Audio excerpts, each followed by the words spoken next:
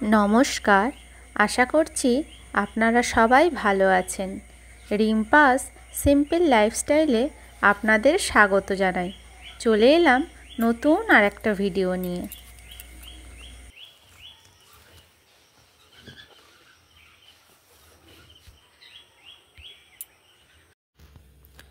আজ বানাবো সাবুর পাঁপড়। অনেকটা সাবু জমে গিয়েছে, এত অল্প খায় যে এত কম করে ভিজিয়েও তাও থেকে যাচ্ছে। এর পরের দিন থেকে আরও কম করে ভেজাবো। এই সাবুগুলো তো ভেজানোই আছে, এবার একটু ভালো করে ধুয়ে নেব। ধুয়ে এগুলোকে জল দিয়ে ফোটাবো। 2 বাটি সাবু হয়েছিল, 2 বাটি সাবুতে 4 বাটি জল দিলাম, ডবল দিতে হয়। দিয়ে এবার এটা বসিয়ে দিলাম। এবার এর মধ্যে স্বাদ মতো লবণ দিয়ে দেব। আর এটাকে আমি ইন্ডাকশানে করছি, তো ইন্ডাকশানে 500-তে রেখেছি। এই 500-তে রেখেছি, বেশি জোর দেব না, নিচে যদি লেগে যায়। তাই 500-তে থাক, আর মাঝে মাঝে একটু নেড়ে দেব। সাবুটা ঠান্ডা হয়ে গিয়েছে। এবার এটাকে মিক্সিংয়ে একটু পেস্ট করে নেব। গোটা গোটা আছে তো, যেহেতু বড় দানার সাবু, ছোট দানার সাবু হলে হয়তো মিলে যেত, জানি না কি হতো। একবার ছোট দানা দিয়েও ট্রাই করে দেখব কেমন হলো বা হয়। মিক্সির মধ্যে নিয়ে নিয়েছি। এবার এটাকে পেস্ট বানিয়ে নেব। এই দেখুন, আমার পেস্ট করা হয়ে গিয়েছে, বেশ ভালোই হয়েছে। এবার রোদে শুকনো হলে তবেই বোঝা যাবে যে কেমন হলো। বেশ খুব পাতলাও নয়, আবার খুব একেবারে গাঢ় করেছি তাও নয়, এরকম রেখেছি। দেখি কেমন হয়। আমি কিন্তু এই সাবুর পাঁপড় এই প্রথম দিচ্ছি। সাবুগুলো ছিল দেখে ভাবলাম কি করি, তা পাঁপড় করি। পাঁপড় করলে সবাই বেশ ভালো খাবে।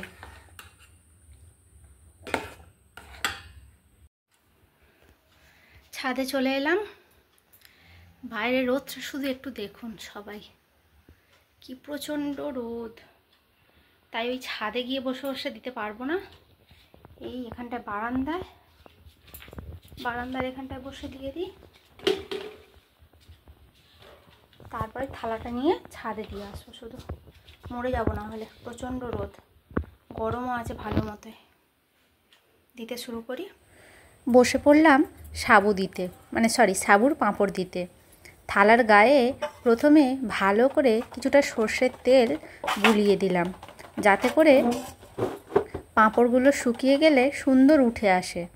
কিন্তু এত মনে করে কাজ করেও না, তাও আমি ভুল করে ফেলেছিলাম। কি ভুল করেছিলাম? অনেকগুলো থালাতে, প্রায় 2-3টে থালাতে না আমি তেল মাখাতে ভুলে গিয়েছিলাম, যার ফলে কতগুলো পাঁপড় নষ্ট হলো। না হলে বলতে নেই, প্রথমবার করে যে এত ভালো ফলাফল হবে আমি ভাবতেই পারিনি। তাছাড়াও প্রসেসে আমার অনেক ভুল ছিল। যেমন এই যে এখন হাতায় করে তুলে লিকুইডটা দিচ্ছি, তো ওটা হচ্ছে হাতাটা দিয়ে একটু ঘুরিয়ে দেওয়ার ব্যাপার ছিল, যেটা দিতে আমি ভুলে গিয়েছিলাম। তাও কত সুন্দর হয়েছিল, কিন্তু এই তাড়াহুড়োর চোটে আর রোদ চলে যাওয়ার ভয়ে তেল মাখাতেই ভুলে গেছি। বাড়িতে বোধহয় যত থালা ছিল সব বেরিয়ে গিয়েছে। আমার সাবুর পাঁপড় দেওয়া কমপ্লিট। এই দেখুন কীরকম কালারিং করেছি। আচ্ছা করে লঙ্কা গুঁড়ো দিয়ে দিয়েছি, গোটা কতক একটু ঝাল ঝাল করেছি, আর বাকিগুলো সাদাই রেখেছি। শুধু নোনতা স্বাদ পাবে। ঝাল ঝালগুলো মেয়ের আর আমার খুব ভালো লাগবে, আর যারা আছে তারা যেন ঝাল খেতে পারে, তাই ভাবলাম কিছু সাদা দিই আর কিছু লঙ্কা গুঁড়ো মিক্সড করে দিয়ে দিই। সাবুর পাঁপড় দেওয়া কমপ্লিট। এবার এগুলো ছাদে বসে পাহারা দিতে হবে, কারণ এরকম খোলা রেখে যাওয়া যাবে না। পাখি টাখি কত কিছু আসে, আর ঢাকা দিলে তো রোদ পাবে না। ভালো করে রোদ না পেলে কি করে হবে, তাই না? অতএব এরকমভাবে থাক, আর আমি এখানে বসে পাহারা দিই। এখানে বসবো না, বসবো আমি এই চেয়ারে। তাও লক্ষ্য তো রাখা হবে, রোদটা এরকম থাকলেই হয়। আর এগুলো তাড়াতাড়ি শুকিয়ে গেলেও শান্তি, তবে না হলে খুব কষ্ট পাবো। এগুলো যেন ভালোভাবে শুকনো হয়। এই হলো আজকে সকালের মাছ বাজার। বাটা মাছ এনেছে, অনেক দিন থেকেই বলছিল। মাছগুলো খুব ভালো, পেটে ডিমও আছে আর টাটকা। এই 3টে থাকবে, আর এই 6টা আজকে রান্না হবে দুবেলার। এইগুলো আজকে রান্না করব আলু দিয়ে, গায়ে গায়ে তরকারি, ঝালই করব, ঝোল করব না। ঝাল খাবে বলেছে। এখানে মাছের তরকারি আলু কেটে ধুয়ে রেখে দিয়েছি। ওই বাটা মাছের তরকারি হবে, এখানে আলু কেটে ধুয়ে রেখেছি, সর্ষে বাটা দিয়ে করব। আর এখানে 2টো ঢেঁড়স, এই 2টো ভাতে দেবো, আমি খাবো। এখানে ঢেঁড়স চচ্চড়ি করে রেখেছি, এটা বাপে ঝিয়ে খাবে। মেয়ে এখন খেয়ে স্কুলে যাবে। আর ডিম সিদ্ধ, এই চচ্চড়ি। এখানে ভাতও হয়ে গিয়েছে, সকালের জন্য অল্প করে ভাত করেছি। এবার এই ভদুদের বাটিগুলোকে মেজে নেব, মেজে ওদের ভাত বসিয়ে দিই। 9টা বেজে গেছে তো, এখন বসিয়ে দিই। পিস মাছ ভাজা হয়ে গিয়েছে, আর বাকি 3টে রান্না ভদুদের ভাতও বসিয়ে দিয়েছি।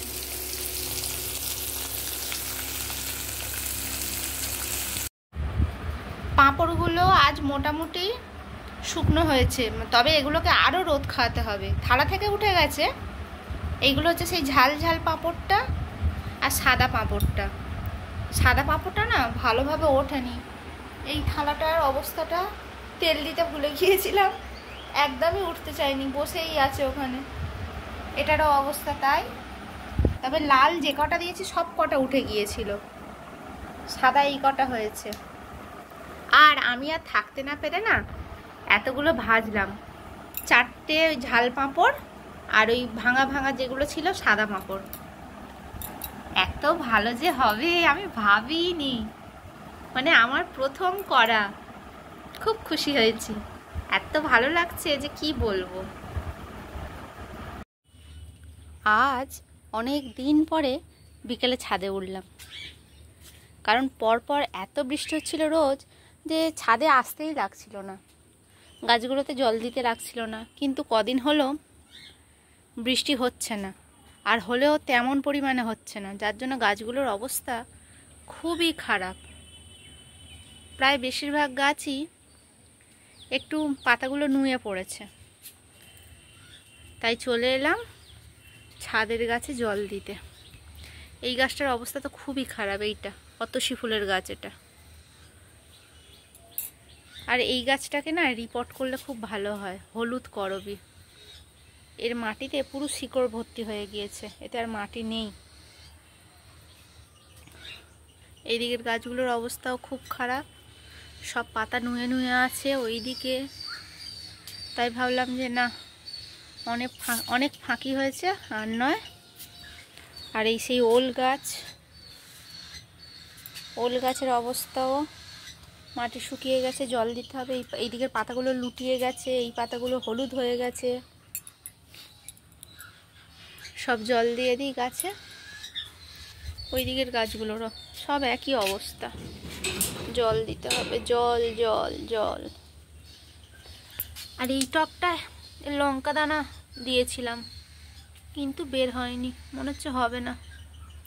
আর এই হচ্ছে নিজে থেকে পড়ে হওয়া লঙ্কা চারা 2টো। ওই যে ড্রাগন গাছটা না, এই 1.5 তলার উপর ড্রাগন গাছটা, এই দেখুন এইখানটা একটা লঙ্কা গাছ, তো এখানটায় ওই 3টে গাছ হয়েছিল, ওই 2টোকে তুলে ওইটাই বসিয়ে দিয়েছি। আর আমার ড্রাগন গাছে এখনও 2টো ড্রাগন ফল আছে, কাঁচা, এখনও বড় হবে অনেকটাই। ভালো দেখতে পাচ্ছেন কি আপনারা? এই দেখুন, এই তো এই একটা, আর ওই একটা। আর এই হলো আতা গাছ না, গাছটা না কিছুতেই ফল দাঁড়াচ্ছে না। সবসময় মনে হচ্ছে হয়তো এবার ধরবে, কত ফুল এলো, কিন্তু ফল হলো না। ঝটপট গাছগুলোয় জল দিয়ে দিই। আর এখানে এই হলো পুঁই শাক। কত সুন্দর হয়েছে পুঁই শাকগুলো। পুঁই শাকগুলো যে এত ভালো হবে না আমি ভাবতেই পারিনি। এই এখানেও 4টে গাছ দিয়েছি। আর এই নোটে গাছ তো আমার ছাদে বরাবর নিজে থেকে হয়, কি করে হয় তা কে জানে। এখানে এই টবটায় জল নেই, যার জন্য এগুলো নুয়ে গেছে সব। চলুন, অনেক কথা হলো, এবার গাছগুলোয় জল দিয়ে দিই ঝটপট করে। এখানে নিম গাছটারও পাতাগুলো পুরো হলুদ হয়ে গেছে। এই কুল গাছটা পুরো পাতাগুলো নুয়ে গেছে, যাচ্ছে তাই অবস্থা গাছগুলোর। আর এখানে উপরে যুক্তি ফলের, হ্যাঁ এটা যুক্তি ফলেরই গাছ। এই যে লতানো, এই যে লতানোটা এই উঠেছে দড়ি ধরে, নারকেল দড়ি, এই হাওয়ায় দুলছে। এই কি সুন্দর পাতা ছিল। ওই দেখুন পাতায় পোকা, ওই ওই ওই ওখানটায় পোকা, কি জ্বালা। আর এই 1.5 তলা সিঁড়িটা এখন ভেঙে গিয়েছে, আমি কি করে উঠব। আর এই দেখুন ড্রাগন, এদিক থেকেও দেখা যাচ্ছে, এদিক থেকে ভালো বোঝা যাচ্ছে। সব জল দেওয়া কমপ্লিট, গোটা ছাদ একার ভিজে গিয়েছে। গাছগুলো আশা করি শান্তি পেল। এই অবস্থা, ছাদটা না নোংরা হয়েছে, আবার একদিন পরিষ্কার করতে হবে। আর এই দেখুন কি সুন্দর হাওয়া দিচ্ছে, কিন্তু অন্ধকার অন্ধকার হয়ে আসছে। এই গাছের পাতাগুলো না হলুদ হয়ে গেছে। এটা হলো ঝুমকো জবার গাছ, এই কুঁড়ি ধরে আছে। এটা হলো সন্ধেবেলা। অনেক দিন থেকেই খুব না ডিম টোস্ট খাওয়ার ইচ্ছা হচ্ছে। আসলে আমাদের বাড়িতে আমার ভাইজি যখন আসে না, পুচকি মতন তো, ও এলেই আমি ওকে জিজ্ঞাসা করি, কী রে আজকে কি খেয়েছিস মানা? ও তখন বলে ডিম টোস্ট। ওর মুখে এই ডিম টোস্টটা শুনে শুনে আমারও খুব খাওয়ার ইচ্ছা হয়েছিল, তাই আজকে বানানো শুরু করলাম। পেঁয়াজ কেটে নিলাম, কাঁচা লঙ্কা কুচিয়ে নিলাম, পেঁয়াজটা গ্রেট করে নিয়েছি, আর স্বাদ মতো লবণও ওইখানটা দিয়ে দিয়েছি।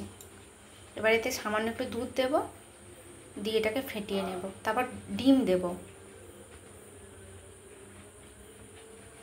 দিয়ে ভালো করে ফেটিয়ে নিয়ে একটা একটা করে টোস্ট করে নেব। একটু দুধ দিয়ে দিলাম, এবার এর মধ্যে 2টো ডিম ভেঙে দিয়ে দেব, দিয়ে ভালো করে ফেটিয়ে নেব।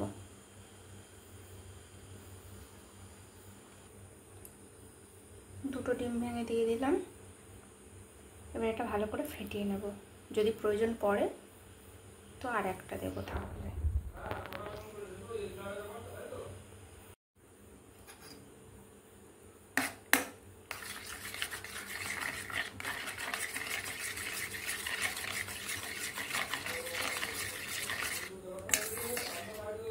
এতে একটু হলুদ দেবো, দিলে বেশ একটা হলুদ হলুদ ভাব হবে তো, তাহলে মনে হচ্ছে বেশি ভালো দেখতে লাগবে। অল্প দেবো, 1 চিমটি, শুধু কালারের জন্য। বেশি দিলে নাহলে গন্ধ হয়ে যায়, যদি আবার তখন তো খেতে পারা যাবে না। ভালো করে সুন্দর করে ফেটিয়ে নিই।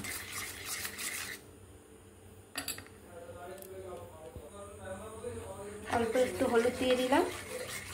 এবার কত সুন্দর কালারটা হচ্ছে দেখুন। অনেক দিন থেকে ডিম টোস্ট খাওয়ার খুব ইচ্ছা হচ্ছিল, তাই আজকে বানিয়েই ফেললাম। হালকা একটা রং হয়েছে, হলুদ হলুদ, খুব বেশি গাঢ় রং হয়নি।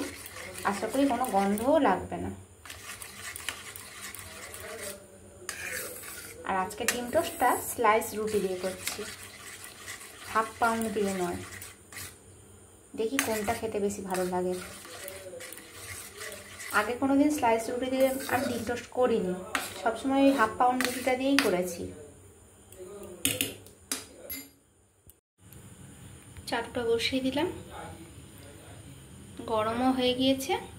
এবার একটা একটা করে রুটিগুলো আগে ভালো করে সেঁকে নেব। ভালো করে সেঁকে নিয়ে একটা একটা করে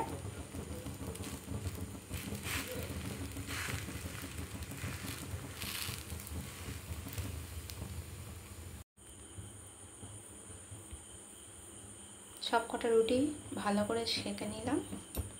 এই দেখুন কি সুন্দর লাল লাল হালকা হালকা রং হয়েছে। এবারে ডিমে ডোবাবো আর ফ্রাইং প্যানে তুলে দেব। এতে একটু তেল দিই, ভালো করে সুন্দর করে লো ফ্লেমেই রেখেছি, ধীরে ধীরে হবে, তাহলে খেতে ভালো লাগবে।